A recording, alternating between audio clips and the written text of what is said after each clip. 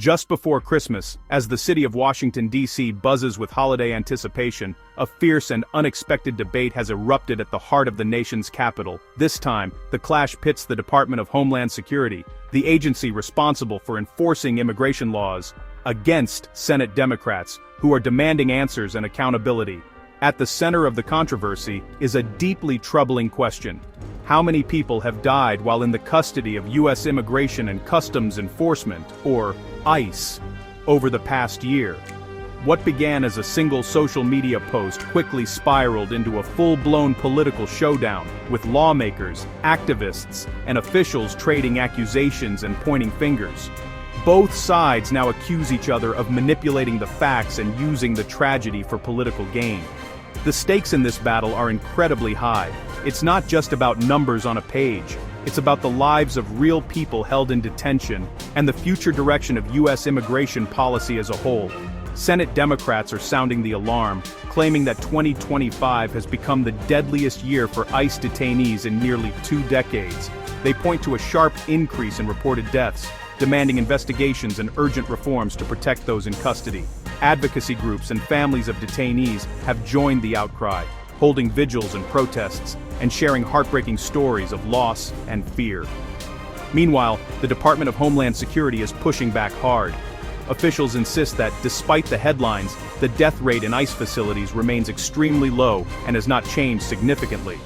And they accuse critics of seizing on tragedy to score political points and undermine law enforcement. This isn't just a fight over dry statistics, it's a battle over the very narratives that shape public opinion, the standards of accountability for government agencies, and the future of immigration enforcement in America. As we break down the arguments and examine the data, remember, behind every statistic is a real person, a family, and a story.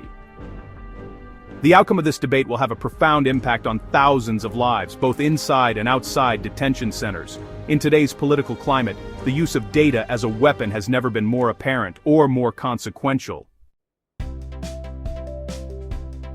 The controversy began when Senate Judiciary Democrats posted on X, claiming 30 immigrants have died in ICE custody since President Trump took office. They declared 2025 the deadliest year for ICE detainees since the early 2000s, a direct public accusation meant to spark outrage. By highlighting the raw number, Democrats suggested a dangerous trend and a system in crisis. The comparison to the early 2000s implied a regression to darker times before modern oversight. This message amplified existing concerns about detention conditions and medical care, rallying their base and pressuring the administration. The focus on total deaths, rather than rates or context, was a deliberate choice to make the issue emotionally resonant. In a polarized climate, such numbers become powerful tools in the fight over immigration policy. DHS wasted no time responding. Within hours of the Senate report's release, the Department of Homeland Security launched a full-scale public relations counteroffensive, determined to defend its record and reputation. Assistant Secretary Tricia McLaughlin fired back on X, accusing Senate Democrats of twisting data to smear ICE. Her post quickly gained traction, shared widely among supporters and critics alike, igniting a heated debate online. She insisted there has been no spike in deaths, and instead cited a death rate of 0.07%, consistent for a decade. McLaughlin emphasized that this figure had remained stable, despite the fluctuating number of detainees each year. By using a percentage, DHS aimed to show deaths are exceedingly rare, given the hundreds of thousands detained annually. The department argued that, statistically, the risk of death in ICE custody was far lower than in many other detention settings. McLaughlin also claimed ICE detainees receive better care than most U.S. prisoners, even calling it the best healthcare many have ever received. She pointed to investments in medical staff, on-site clinics, and partnerships with local hospitals as evidence of ICE's commitment to detainee well-being. This was a direct attempt to flip the narrative from neglect to high standards. DHS officials stressed that every death was investigated thoroughly and that the agency was transparent about its findings. The response came as DHS promoted recent ICE arrests of serious criminals, framing the agency as a protector of public safety. Press releases highlighted operations targeting violent offenders, drug traffickers, and fugitives. The timing was no accident. DHS was already on the offensive, defending ICE's mission and reputation. Officials coordinated messaging across platforms, ensuring a unified front in the face of mounting criticism. The clash over detainee deaths became another front in the ongoing battle over immigration enforcement. Activists and lawmakers on both sides seized the moment to rally their bases, organizing protests and press conferences. Both sides doubled down, using data to reinforce their political agendas. Each camp accused the other of cherry-picking statistics and ignoring inconvenient facts, fueling further polarization. The public was left to sort through dueling claims and competing statistics, trying to make sense of a complex and emotionally charged issue that shows no signs of fading from the national spotlight. This dispute is a classic example of how statistics can tell different stories depending on who is interpreting them and for what purpose. Numbers, after all, are not just cold facts. They are tools that can be shaped to fit a narrative, especially in the heated world of politics. Senate Democrats spotlighted the raw number, 30 deaths, to create urgency and signal crisis. By focusing on the absolute figure, they aim to draw public attention to what they see as a preventable tragedy, hoping to spark outrage and demand for accountability.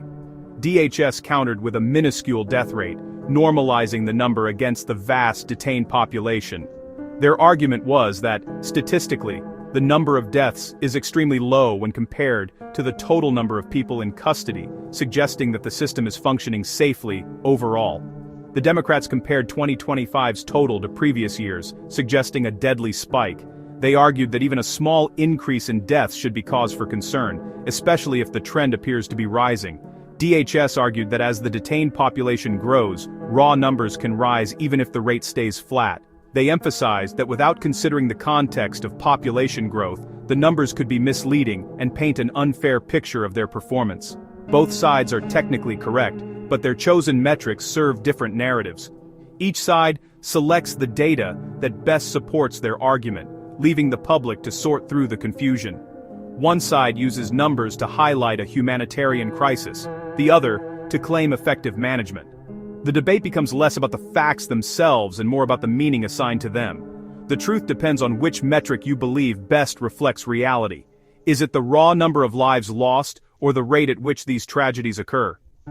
The answer often depends on personal values and political beliefs. In the end, statistics become weapons in a larger political battle, wielded by both sides to sway opinion and shape policy. The numbers themselves rarely change, but their interpretation can shift dramatically. The real question, amid all the noise and competing narratives, is which story will the public believe, and how will that belief influence the future of policy and accountability? To understand the debate, we need to know what ICE detention really is. ICE runs a network of civil detention centers holding people for immigration, not criminal, reasons. Detainees range from recent border crossers to long-term residents awaiting hearings or deportation. Stays can last days, months, or even years, depending on the case. ICE claims to follow strict standards for safety and care, including health screenings and access to medical services. Critics, however, allege poor conditions, inadequate healthcare, and cost-cutting by private contractors. Lawsuits and reports highlight alleged neglect and abuse, fueling the political firestorm. The reality inside these centers is fiercely contested, setting the stage for the current clash. The ICE detainee population is far from uniform. Some are recent arrivals seeking asylum. Others are long-term residents arrested for immigration violations. Many have no criminal history. Others have served time for offenses ranging from minor to severe. DHS often highlights detainees with criminal records to justify enforcement, while critics focus on vulnerable families and asylum seekers. Detention can mean family separation and lasting trauma, especially for those with deep U.S. ties. Every policy affects all groups within the system, not just the worst of the worst. The complexity of the population is often lost in political soundbites. Understanding who is detained is key to understanding the stakes of this debate. Simplified narratives obscure the real human impact. Healthcare in ICE detention is a flashpoint. DHS insists its standards are high, with comprehensive screenings and care, sometimes better than U.S. prisons. Critics counter with stories of delayed treatment, misdiagnoses, and preventable deaths. Many facilities are run by for-profit companies, raising concerns about cost-cutting and oversight. Lawsuits and testimonies allege systemic neglect, while DHS points to accreditations and inspections. The claim that detainees receive the best healthcare of their lives is hotly disputed. The truth likely lies somewhere between official assurances and advocacy reports. The stakes: life, health, and accountability for thousands in custody. This fight isn't just about numbers, it's about ICE's very existence. Since its creation after 9/11, ICE has been at the center of America's immigration wars. Supporters see ICE as essential for law and order. Critics see it as a symbol of cruelty and injustice. Calls to abolish ICE reflect deep ideological divides over enforcement, family separation, and national identity. Every statistic becomes ammunition in a larger struggle over what America's immigration system should be. The debate over detainee deaths is just the latest battle in a long, bitter war. At its core, this is a fight for the soul of U.S. immigration policy. The ICE detainee death debate is a lesson in the power and danger of numbers in politics. Both sides use data to craft compelling but conflicting narratives. In a polarized world, it's easy to accept numbers that fit our beliefs and ignore the rest. But real accountability requires asking tough questions. Who's presenting the data? What's missing? What's the context? Every death in custody is a tragedy, but statistics alone rarely tell the full story. Honest debate means acknowledging complexity, not just scoring political points. The quality of our public policy depends on the quality of our public debate. In the end, facts, not fear, should guide the conversation on immigration and justice.